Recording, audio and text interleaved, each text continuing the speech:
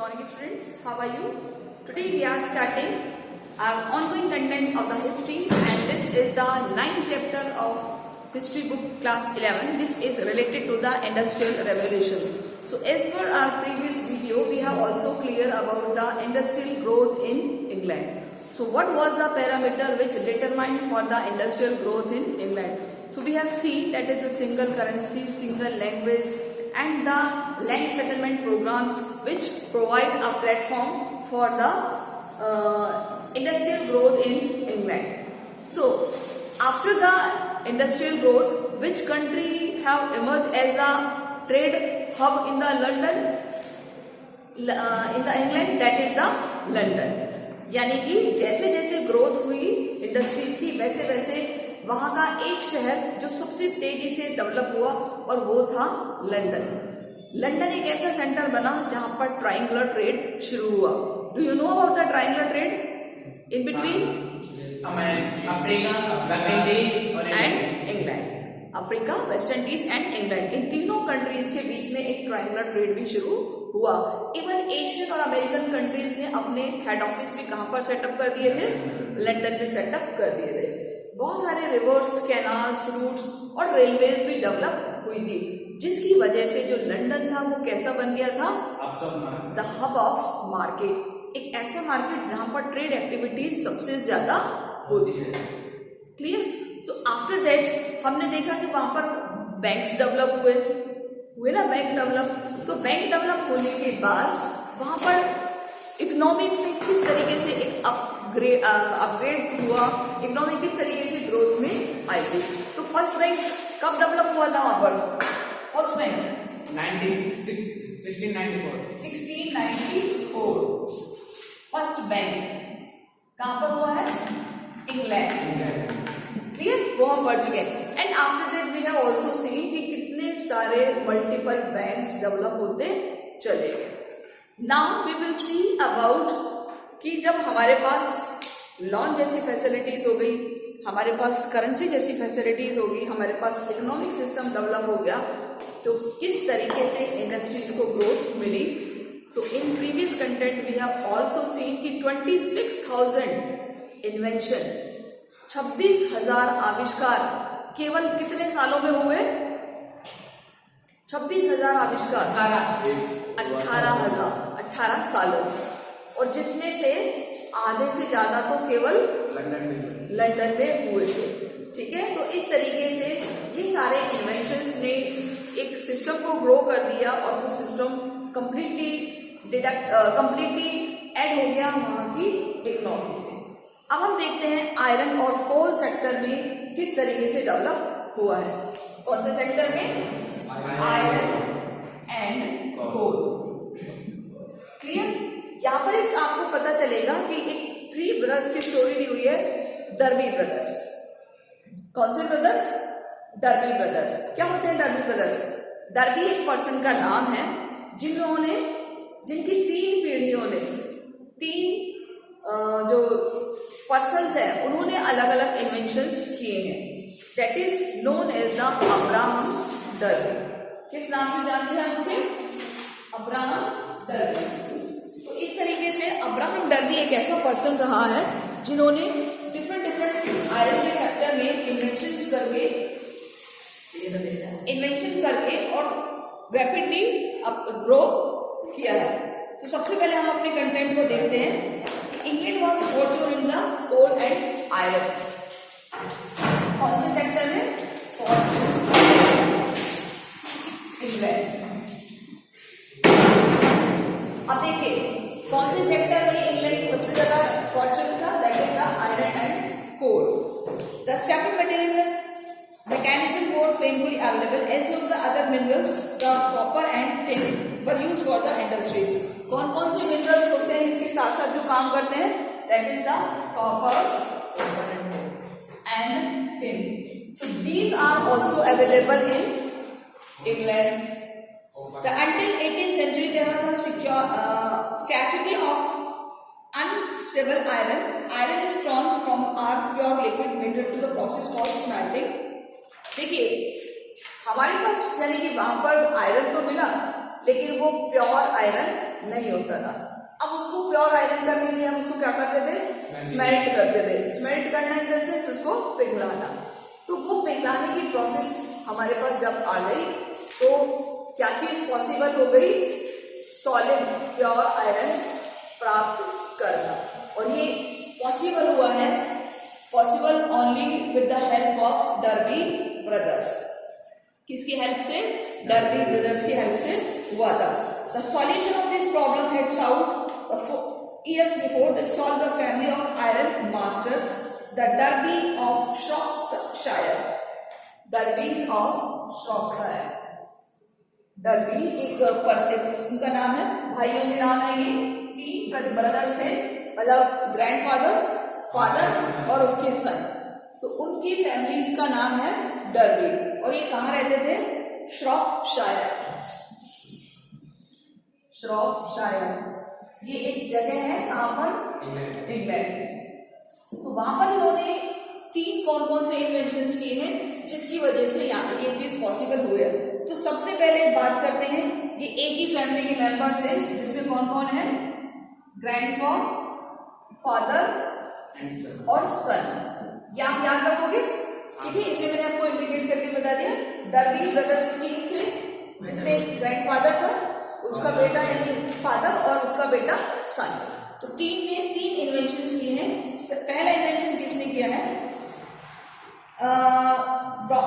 The grandfather father all called Abraham Darby. इन सबको एक नाम से जाना गया, वो है Abraham Darby. Abraham Darby, clear. अब हम देखते हैं कौन कौन सी क्या। What about a revolution in the metrological industry, it began invention in 1709। The first Abraham Darby, जो फर्स्ट अब्राहम डर्बी है, उनने कौन सा आविष्कार किया है, अब्राहम डर्बी 1709। पहला आविष्कार किसने किया है, अब्राहम डर्बी ने, फर्स्ट ने। क्या किया है, दिस वॉज ब्लास्ट फॉरेंस। क्या किया इन्होंने, blast furnace, blast furnace, chimney. Blast furnace का मीनिंग होता है, इसे क्या पॉसिबल है, दैट वुड यूज को which would generate the high temperature. इससे क्या पॉसिबल हुआ, generate high temperature. High temperature से क्या हुआ, को किसको पिघला सकते हैं, आयरन को पिघला सकते हैं, ठीक है। तो कौन सा इन्वेंशन है, blast furnace, in which year 1709 by first Abraham Darby, clear. Next, अब देखिए, जब हम आयरन को स्मेल्ट कर सकते हैं तो प्योर और इम्प्योर हमारे सामने आ जाएगा। जो इम्प्योर है वो डिडक्ट हो जाएगा, प्योर सामने आ जाएगा। Which could generate high temperature. Coke was derived from the coal by removing the sulfur and the impurities. This invention lead to the furnace of the longest to depend the charcoal. The melted iron that emerged from these furnace permitted finer and larger costing than before. तो ये एक ऐसा था कि पहले वाला तो बहुत कॉस्टली पड़ता था, क्योंकि उसमें कोल वगैरह हमको बर्न करने पड़ते थे और बहुत जल्दी वो खत्म हो जाते थे। लेकिन जब से इन्होंने ब्लास्ट फर्नेस को डेवलप किया तो उसकी लॉन्गेविटी बहुत ज्यादा होती थी और ज्यादा मात्रा में उसको हम मेल्ट कर सकते थे। Second invention, the process of further defined by the more invention, the second derby. अब कौन आ गया, सेकेंड डर्बी। इन्होंने क्या इन्वेंशन किया था, develop a wrought iron from pig iron. wrought iron से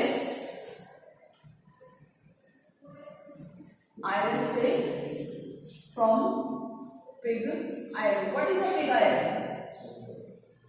क्या होता है, देखिए, wrought iron किसी चीज को जब प्योर हमारे पास आ गया तो उसको एक पीट कर उसको ठोक कर सॉलिड फॉर्म में कन्वर्ट करना।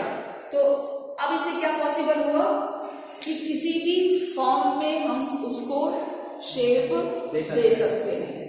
किसको, आयरन को। तो सेकंड आविष्कार किसने किया है? Second derby. Second derby. इनका इसमें ईयर नहीं दिया हुआ है, लेकिन इनका नाम दिया हुआ है the second derby developed the rod iron which less brittle, जो कि बहुत कम टूटता था, है ना। लेस ब्रिटल मतलब जैसे कोई आपने पहले तो पिघला लिया, अब आपके पास एक गोल गोल टुकड़ा टाइप आ गया, है ना। अब उसको आप क्या करोगे? ठोकोगे। ठोक ठोक के उसके क्या होगा? टुकड़े नहीं होंगे, बल्कि कोई शेप बन जाएगी। ठीक है। The Henry Ford design the pudding foils, ये भी एक अलग से है, ये हालांकि डर्बी ब्रदर्स का नहीं है लेकिन अलग से। The Henry Ford design the pudding furnace in which the molten iron could be rid of impurities, कि अगर कोई इम्प्योरिटीज रह गई है तो उसको उससे रिड किया जा सकता है, हटाया जा सकता है। And the rolling mills which used to the steam power to roll purified iron into bars. It now become to possible produce a broader range of iron products. The durability iron made it better material than wood or everyday item and for the machineries. जब किसी चीज से कोई impurity हट जाती है तो no doubt वो और ज्यादा सॉलिड प्योर हो जाती है। जब कोई चीज सॉलिड और प्योर होती है तो उसकी ड्यूरेबिलिटी इंक्रीज होती है, डिक्रीज होती है? इंक्रीज हो जाती है। प्लस उसके कोई भी प्रोडक्ट्स बनाना बहुत इजी हो गया। जो प्रोडक्ट्स पहले हम किसके बनाते थे? वुड के बनाते थे, अब वो प्रोडक्ट किसके बनने लग गए? आयरन के प्रोडक्ट्स बनने लग गए। जैसे अगर चेयर की हम बात करें तो चेयर ज्यादातर पहले किसकी होती थी? वुड। अब अगर हम आज देखें तो ज्यादातर किसकी चेयर्स होती है? कोई ना कोई मेटल इसमें यूज किया जाता है। Clear? Unlike wood, the food burnt in the splinter, the physical and the chemical properties iron could be controlled. ये दिया हुआ है कि wood कैसे भी डैमेज हो जाती है लेकिन आयरन नहीं होती। In fact, the 1770 John Wilkinson made the first iron chairs was यानी एक तरीके से टंकी and breweries or distilleries, the iron pipes of all sizes. In which year? 1770. You can underline in your book the important facts which is given in the invention. Clear? तो 1770 में किसने किया है? John Wilkinson. ये अलग से है, मैं इसको यहाँ पे लिख देती हूँ 1770। John Wilkinson.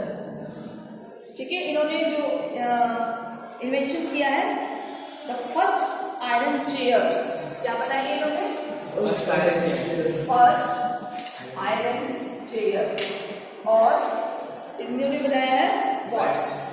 वॉट्स मतलब एक तरीके की टंकी लोहे की जो होती है जिसमें चाय वगैरह रखते हैं ना, कॉफी वगैरह, या दूध वाले दूध की टंकी जिसको बोलते हैं ना, इस टाइप का item. And iron pipe for all size. और क्या बनाए हैं इन्होंने? लोहे के पाइप, आयरन पाइप, रोड और साइज। क्लियर? अब आते हैं थर्ड डर्बी इन 1779। थर्ड 1779, ये इंपॉर्टेंट है। कौन से वाले डर्बी आ गए हैं? Third derby 1779। The third derby built a first iron bridge. First iron bridge. पहला लोहे का पुल कौन सी रिवर पर बनाया वो भी हम देख लेते हैं। In the Coalbrookdale spinning river of Severn, Severn river पर। कौन सी रिवर पर? सेवरन रिवर का नेम है ये, और जगह का नाम है that is the Coalbrookdale. The Wellington used to the cast iron from the first time to make the water pipe, जिसकी लंबाई होती थी 40 miles to the water supply of Paris. तो ये दो तीन चीजें हैं जो आपको बहुत अच्छे से लर्न रखनी है। डर्बीज की स्टोरी, कितने Darby? 3 Darby, first, second and third. किसने कौन सा इन्वेंशन किया है? After the invention what kind या what problem have been which is been solved by the in the industrial sector. And next is the John Wilkinson, जिन्होंने पहली बार लोहे के आयरन के कुछ ऐसे मटेरियल्स बना लोहे के कुछ ऐसे मेटल्स के ऐसे यूटेंसिल्स बनाने शुरू किए, यूजेबल प्रोडक्ट्स बनाने शुरू किए जिनकी लॉन्गेविटी बहुत ज्यादा थी। क्यों थी इनकी लॉन्गेविटी बहुत ज्यादा? आयरन की क्यों नहीं थी, इसकी सॉरी वुड की क्यों नहीं थी? उसमें गल जाते मिल जाता था वो। गल जाता था, दीपक लग जाते थे। और आयरन में आयरन से क्या था, उनकी लॉन्गेविटी बढ़ गई थी। ठीक है, so Wilkinson used the cast iron for the first time to make water pipes 40 miles of it to the water supply of Paris. The iron industry then come to be the concentrated to the specific region as the integrated units of the coal mining and the iron smelting. So Britain was lucky to possessing excellent cooking coal and the high grade iron ore in the same basins or even the same seams. These basins were also close to port. There were two coastal coal fields which could deliver their products almost straight into shop. Since the coal fields were near the coast and the shipbuilding increased added the shipping trade. देखिए एक और चीज दी हुई है, shipping trade. क्या होता है ये शिपिंग ट्रेड? और नो डाउट ये ज्यादातर कहाँ होते हैं? किसी न किसी near by the port. Port क्या होते हैं? सी पोर्ट होते हैं ना, जैसे बंदरगाह जिसको हम कहते हैं कि जो नियर द ओशन होता है। तो आप बताइए जो शिपिंग ट्रेडिंग है वो सबसे पहले कहाँ शुरू हुआ है? इंग्लैंड में। किस लिए शुरू हुआ है? For the trade activity. क्योंकि सबसे ज्यादा जब इन्वेंशंस यहाँ होने लगे तो नो डाउट जो एक्टिविटीज है वो बहुत रैपिडली ग्रो हुई। अब एक और इन्वेंशंस दी हुए हैं हमारे, that is related to the cotton spinning and weaving. But अगर हम बात करें तो एक और डेटा में याद रखना है, ब्रिटिश की जो आयरन इंडस्ट्री है वो क्वाड्रपल्ड हो गई थी बिटवीन द 1800 टू 1830। 1800 से 1830 में कितने टाइम इंक्रीज हो गई थी? क्वाड्रपल। क्वाड्रपल मतलब 4 टाइम्स बढ़ गई थी। The product was cheapest in Europe. In 1820, the ton of pig iron needed 8 tons of coal to make, but the 1850 it could be produced by the uprising only 2 tons by the 1848. So Britain was smelting more iron than the rest of world put together. और Britain इस तरीके से world में number 1 जाना गया किस रूप में? As a iron sector. Second invention is related to the cotton and spinning weaving. देखिए ये कंटेंट आप अपने बुक में देखिए, पेज नंबर 201 पर देखा क्या दिए हुए सारे? पेज नंबर 201 पे इन्वेंशंस दिए हुए हैं। ठीक है, तो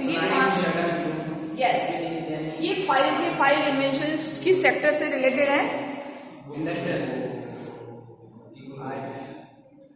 एक सेक्टर, कौन से क्षेत्र से रिलेटेड है ये? कॉटन टेक्सटाइल, कपड़ा बनाने से रिलेटेड। क्योंकि अगर देखिए सारे इसमें चाहे फ्लाइंग शटल हो, स्पिनिंग जेनी हो, वाटर फ्रेम हो, व्यूल हो, ये सारे किसके काम आते हैं? Textile industries.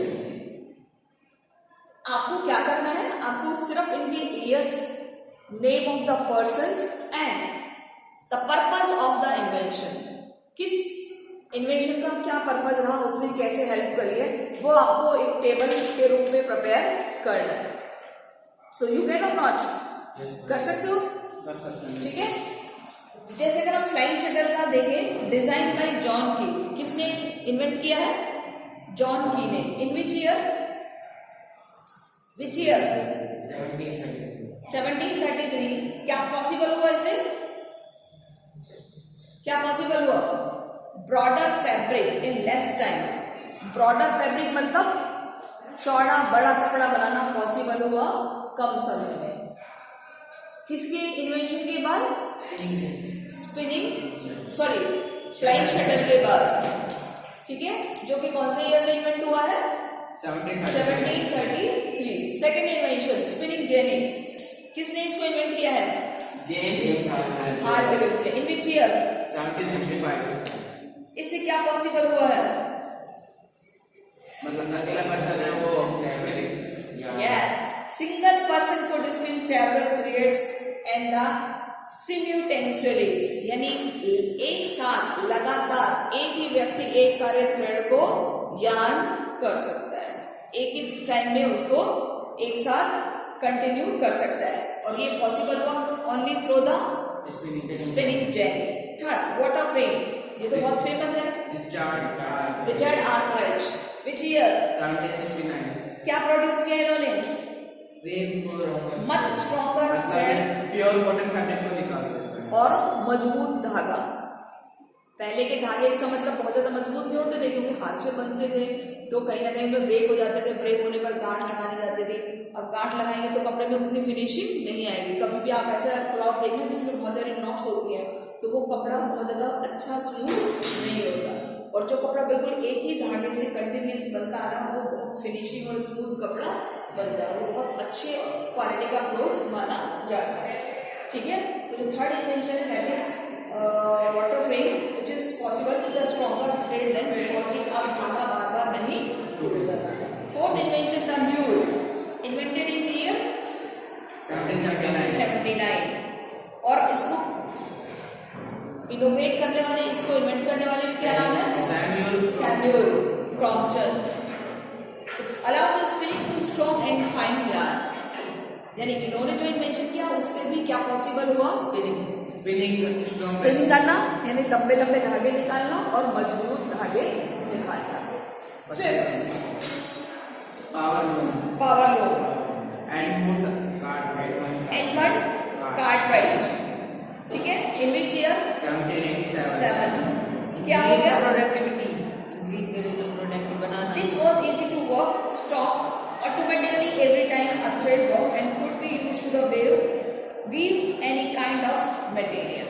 यानी कि कोई भी ऐसी मशीन, पहले हम उसको विराम देते थे, रोकते थे, क्योंकि हम हाथ से बनाते थे।